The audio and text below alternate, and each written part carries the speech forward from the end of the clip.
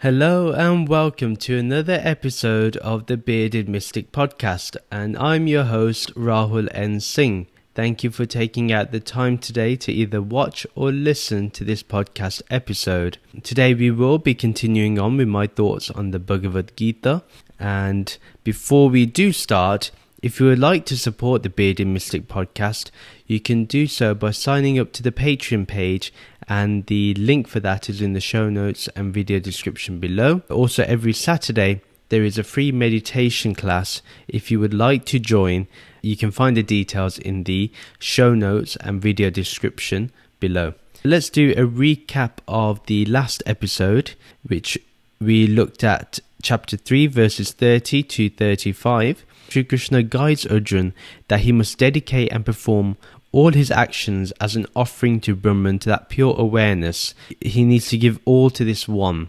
And remember, this one is Krishna's true formless state. That is what Krishna is. Basically, Arjuna should have no selfishness at all, and with all the confusion disappeared, Arjuna should follow his individual nature and fight this war. If we stick to the message of Karma Yoga, then we will dedicate all our actions to Brahman. Then we will be able to have strong conviction, that Shraddha needed, that will contain no resentment about the supreme influence of this practice, which is liberation. We'll have that Shraddha, that conviction that we can achieve liberation. These individuals, in fact, will face no negative karmic reactions. All that is needed is that we never give the results of our actions to the ego, but we always give it to Brahman, that eternal witness within us. Sri Krishna warns us of the people that don't practice this gyan that is given of Karma Yoga and of Sat and Asat. He says that those who do not practice it, they cannot change their tendencies and they remain in complete confusion as a result. Therefore, it's important that we practice to get rid of our confusion. The tendencies that we have gained from previous lives, they are now our nature. Krishna wants us to follow our inherent nature, and that it is better to do so than to become the copy of someone else. We have to follow our own Swadharma and not follow anyone else's path. That's for them, it's unique to them. You have your own unique path, I have my own unique path.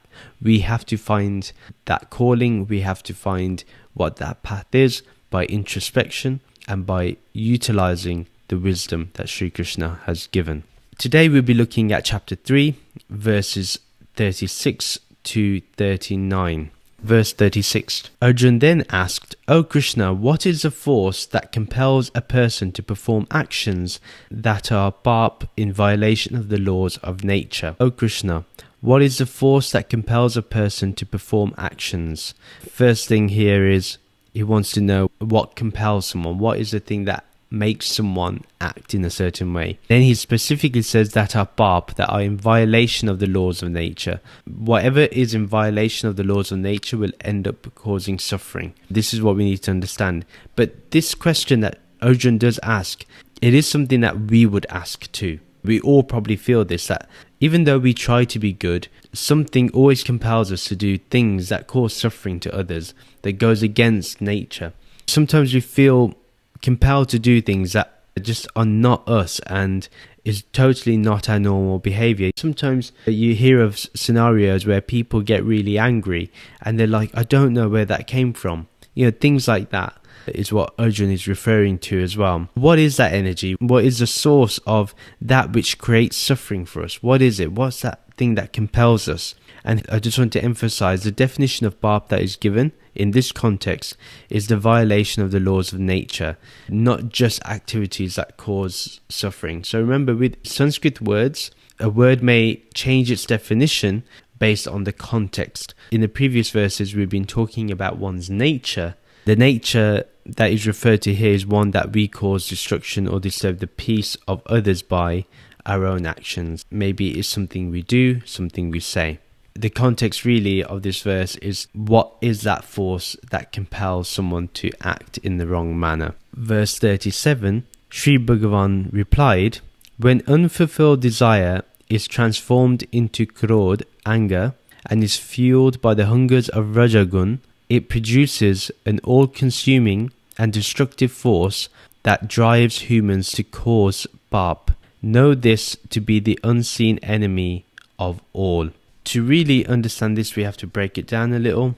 Sri Bhagavan replied, when unfulfilled desire is transformed into krodh, anger, and is fueled by the hungers of Rajagun. Sri Krishna really breaks down the answer beautifully here in addressing Arjun's question, his inquiry. It all starts with an unfulfilled desire, and that desire always takes our attention and our peace. It consumes our thoughts. And when we desire something or someone and we don't get it, we don't have it, this energy then is transformed into anger.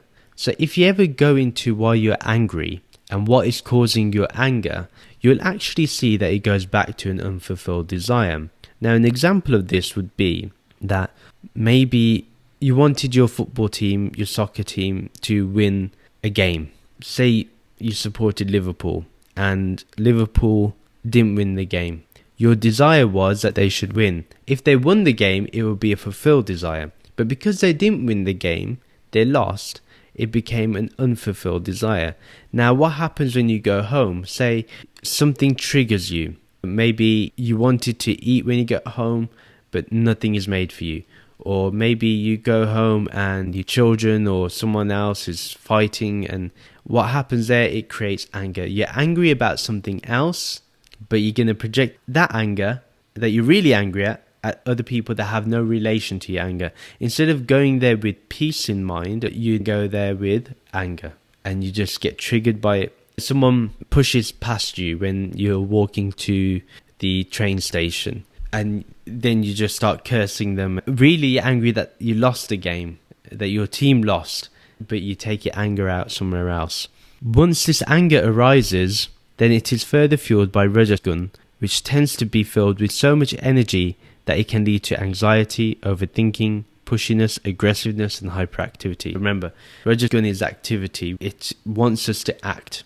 And therefore, if we want to act, then no matter what happens, we will commit to those things. Like he uses the words, fueled by the hungers of Rajagun. So that Rajagun is hungry for activity. So he must do something. Then Sri Krishna says, it produces an all-consuming and destructive force that drives humans to cause Paap. Know this to be the unseen enemy of all. This force is all-consuming. It overpowers us. We can't think straight, and we end up destroying everything that is precious to us because we cannot think straight. For example, like I mentioned, that anger that we will then project to somebody else because our soccer team or football team lost the game, we then allow that anger to consume us. Our thinking goes hazy, our mind goes hazy, we can't think straight, we can't think clearly, we can't see clearly. When they say that you get so angry or when you're upset, everything becomes blurry for you. This is what is being meant here. It's an all-consuming, it's a destructive force. One, it's destroyed your own vision, but then it's also going to hurt other people as a result, or it'll hurt the environment. For example, do we think about our carbon footprint? Are we considering those things? Those are little things that we need to understand here. This is the force that drives people towards Paap, towards those things that are in violation of the laws of nature. Remember, because it stems from an unfulfilled desire, this is the unseen enemy of all, the unfulfilled desire. And due to our own lack of discernment, how can we know that this enemy is within us? It's unseen. We do not see it as an enemy because we think it's normal to do. If my team loses, I'm going to be angry. But what happens, what have we been learning about Rag and Dvesha in the last episode? Rag is that you're attracted to win, and Dvesha is that you're repulsed by the losing. But Shri Krishna told us to go beyond those two things. What happens is, whenever we are angry, this is the first thing to check. Do I have an unfulfilled desire? Go back and see.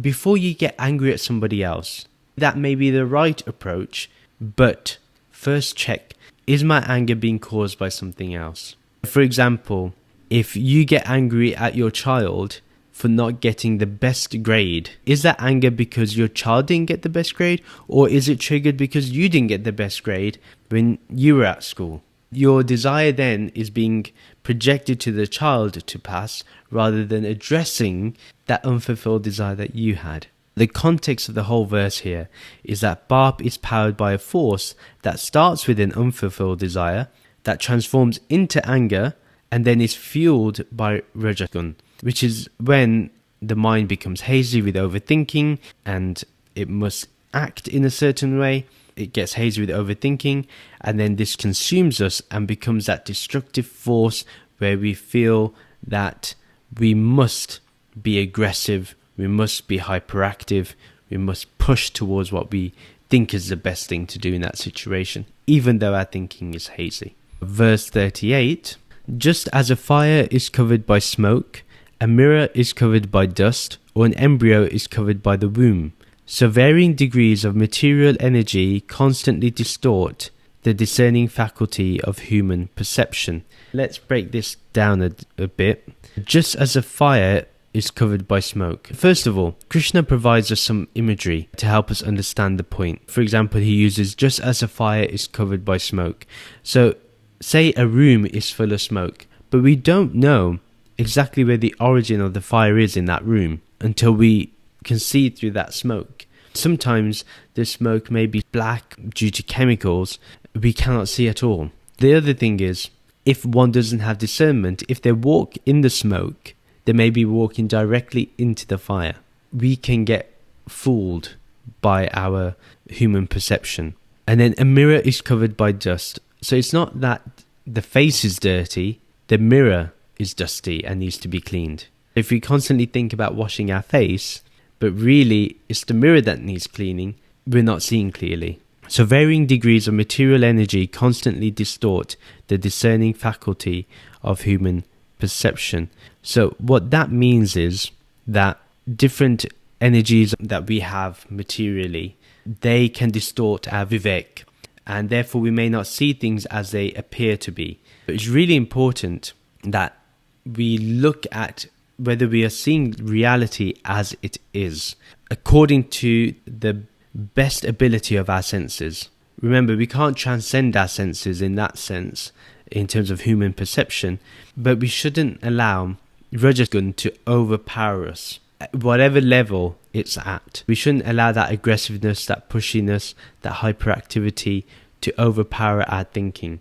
We should be able to understand that these things distort the discerning faculty. They distort our vivek. If we do not have a strong vivek, if we do not utilize the strength of our vivek, then we will always not see things clearly. Therefore, you may get angry at the wrong thing. You may become disturbed by the wrong thing.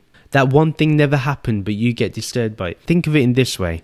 Sometimes we may be thinking about our own thing, and somebody says something, and we totally misunderstood what they say. And yet, because we've heard what we wanted to hear, or what we thought we heard, we then say the other person didn't know what they said.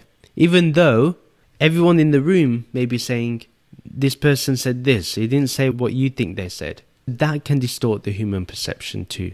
Because one is aggressive, one is already overthinking, one sees things as something else. The context of the whole verse here is that Sri Krishna gives us examples to highlight how anger and unfulfilled desires distorts our discerning faculty of our senses. Therefore, we never see a situation clearly, our perception is therefore not clear. The thing to highlight here is we need to go back to seeing what causes our anger and what is that unfulfilled desire. And then, looking at that unfulfilled desire, we need to see whether it is applicable to today, or should I let it go? Verse 39, O Arjuna, even the wisest of jnana yogis are sometimes overcome by kamarup, the endless forms of material desire that are the perpetual enemy of all truth seekers and which are insatiable as a blazing fire. Again, so much to unpack in this verse. O Arjuna, even the wisest of jnana yogis are sometimes overcome by kamarupa. This wisdom, this gyan that is given, and those that practice this gyan should be able to go beyond the material desires, the endless forms of material desire or lust. Lust is not just sexual. Lust can be for anything. It can be for power. It can be for wealth, it can be for recognition, it can be for success, anything. And Kaam is not just lust for something sexual, it's much more than that, much more deeper than that. It's anything that we long for that will not completely satisfy us. The end result is not true satisfaction. For example, if you get something that you really desire, you get the car that you want, eventually by 2 years' time that model's old, now you want a new model. Therefore that means that desire is endless. It will never be satisfied. Same when it comes to sex as well. You'll have the orgasm, but again, it doesn't give you eternal satisfaction. You'll want to continue to keep getting the orgasm. That's what is meant here by the endless forms. It will find new ways of how to get your attention. So even the wisest of jnana yogis are sometimes overcome by Kamarup. This is to show how attentive we need to be about our own self. Even if we say we understand this knowledge given by Sri Krishna, there may be a point where we are suddenly taken away by these desires. These never end. Kaam will never end.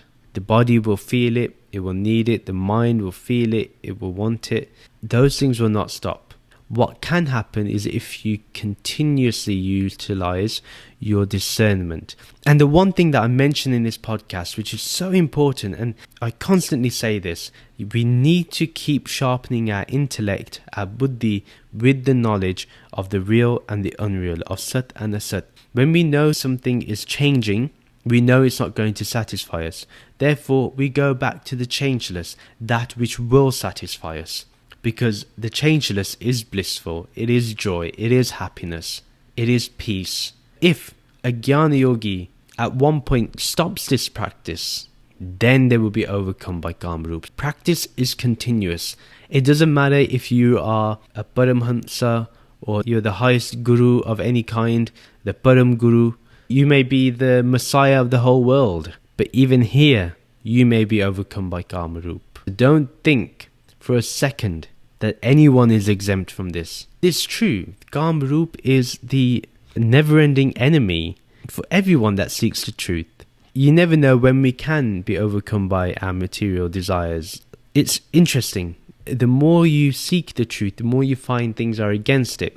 At the same time, more things are for it. But you have to understand whether you want to go for the things that will help you or not help you. At the same time, I do give this warning that you have to come to the realization that the things that we call Kamarup, or the endless forms of material desire or lust, you have to see them through. You have to analyze them and allow your mind to transform itself continuously. It may be that you need to fulfill those desires a few times, depending on the situation, and as long as it's ethical, then it may be that you need that, and then you see the futility in fulfilling that desire. Therefore, you cut the process there and then. And normally, you may find that you are improving in your spiritual journey, and then suddenly an attractive desire appears, and your mind transfers its attention. No longer do you seek liberation, but you would like to gain the attention of that which you desire. And then you will feel victorious if you get that desire. You see, the game will play. Remember, we go back into the rag and dvesh. In this time, we're going more towards the rag, the things that will attract us, the things that grab our attention.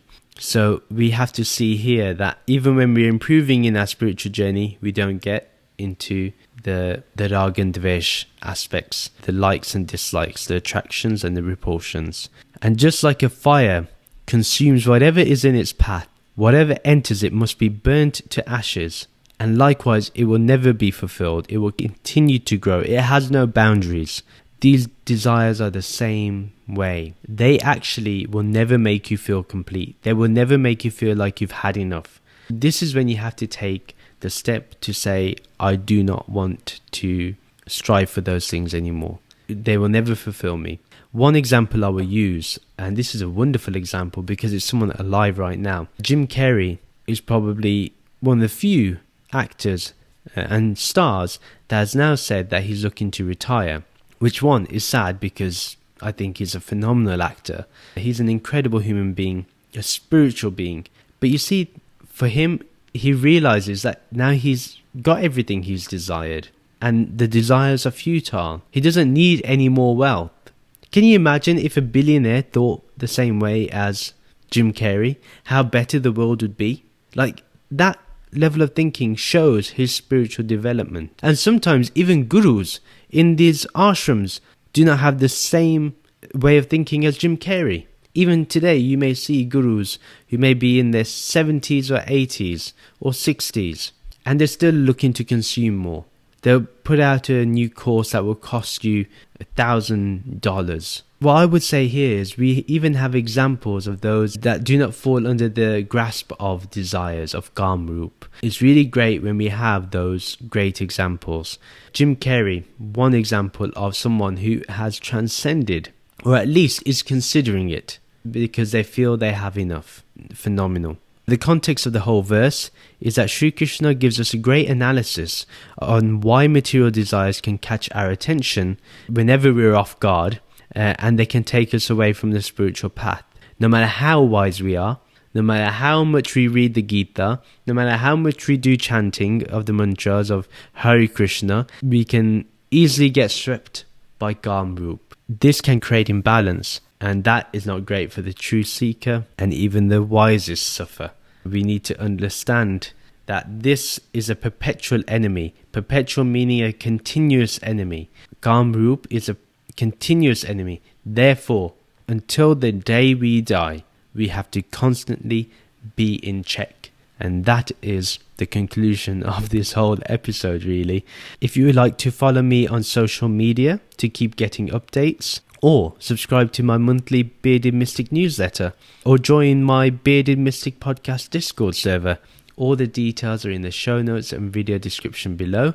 If you would like to support the Bearded Mystic podcast, there are a number of ways you can do so. One is utilize Patreon, and there you can get extra content, or you can check other ways to support the podcast in the Linktree link below. And please do rate and review the podcast.